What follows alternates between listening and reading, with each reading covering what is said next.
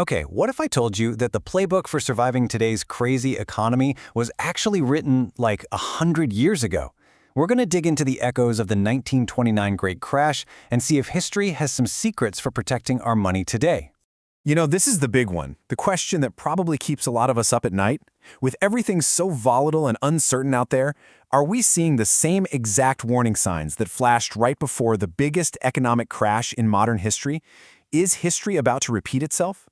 So to get some answers, we've got to go back in time. We're going to start with the 1929 warning echoes. Think of it less like a dry history lesson and more like a cautionary tale packed with some really critical, hard-won wisdom. The speed of this collapse was just breathtaking. The whole Roaring '20s party came to a screeching halt in the fall of '29. But here's the crazy part. That was just the beginning. The market kept falling and falling for 3 more years before it finally hit rock bottom. And the numbers here are just mind-blowing. 89%. Think about that. The stock market lost almost 90% of its value. That's not just a dip or a correction. That's a total annihilation of wealth. It took an entire generation to even begin to recover from that. And look, this wasn't just a Wall Street problem. No way. The fallout hit Main Street hard. At its worst, 1 out of every 4 people who could work was out of a job. 25% unemployment. That's millions of families with no income, dreams just shattered. And just when you think it couldn't get any worse, the entire banking system just imploded. We're talking 9,000 banks failed. And back then, there was no FDIC, no insurance. So if your bank went under, your life savings just vanished. Poof.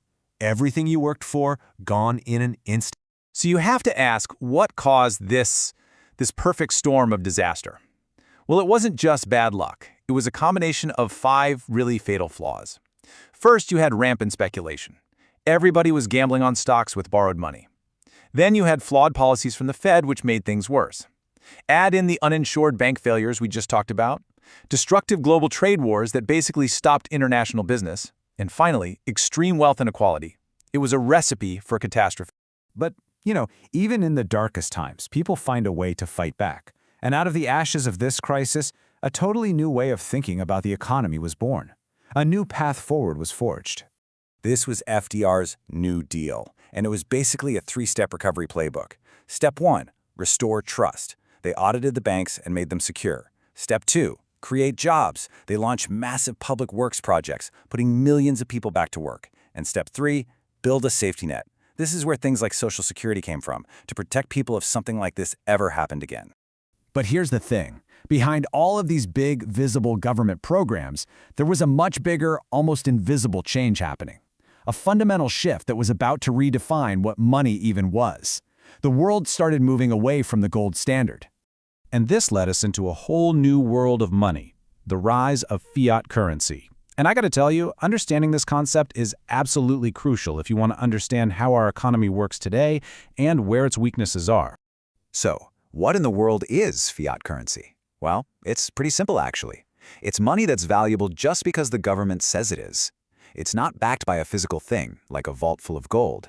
Its entire value comes from our collective trust and faith in the government that issues it. Okay, so this sets up a massive trade-off, right? On one hand, you have the old gold-backed system. It's stable, but it's really rigid. It limits what a government can do. On the other hand, you have our modern fiat system. It's super flexible, governments can print money to stimulate the economy. But, and this is a big but, it comes with the constant risk of inflation and those massive boom and bust bubbles. Which brings us right back to today's economic cracks. Are we just seeing the same old patterns play out? Has all this flexibility from fiat money just created its own set of problems? Are these wild boom and bust cycles just part of the deal now? Look at the timeline.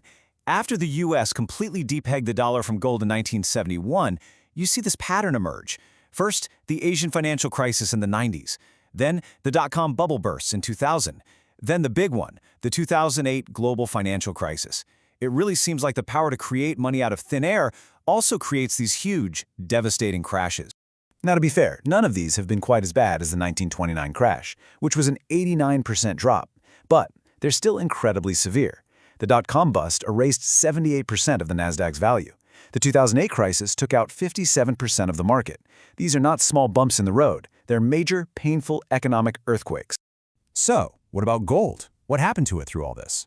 Well, once it was cut loose from the dollar in 1971, its whole role changed. It went from being the anchor of the system to being the lifeboat. And its price? It surged by a staggering 2,300% as people rushed to it for safety from all this fiat currency chaos.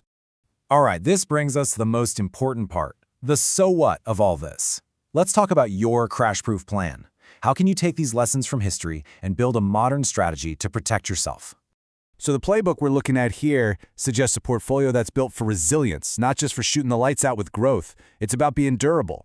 You can see it's got a healthy slice of gold and silver, a big chunk of safer things like bonds, and then some defensive stocks, plus a little cash on the side. Think of it like building a financial fortress. Every single piece has a very specific job. Gold and silver? That's your hedge against the money losing its value. Bonds are there for stability, the strong foundation. The defensive stocks, think companies that sell things people always need. They provide some steady earnings. And cash, that's your secret weapon. It lets you go on offense and buy great assets when they're on sale during a crash. And really, this quote says it all perfectly. The goal is not simply to avoid risk, but to build a portfolio designed to withstand it. You can't predict the future, you can't avoid every single risk. The real goal is to be so well prepared that you can weather whatever storm comes your way. So we're left with this final thought. History offers us lessons, but it doesn't give us predictions. The echoes of the past are loud and clear. The only real question is, are we actually listening? Thanks for diving into this with me.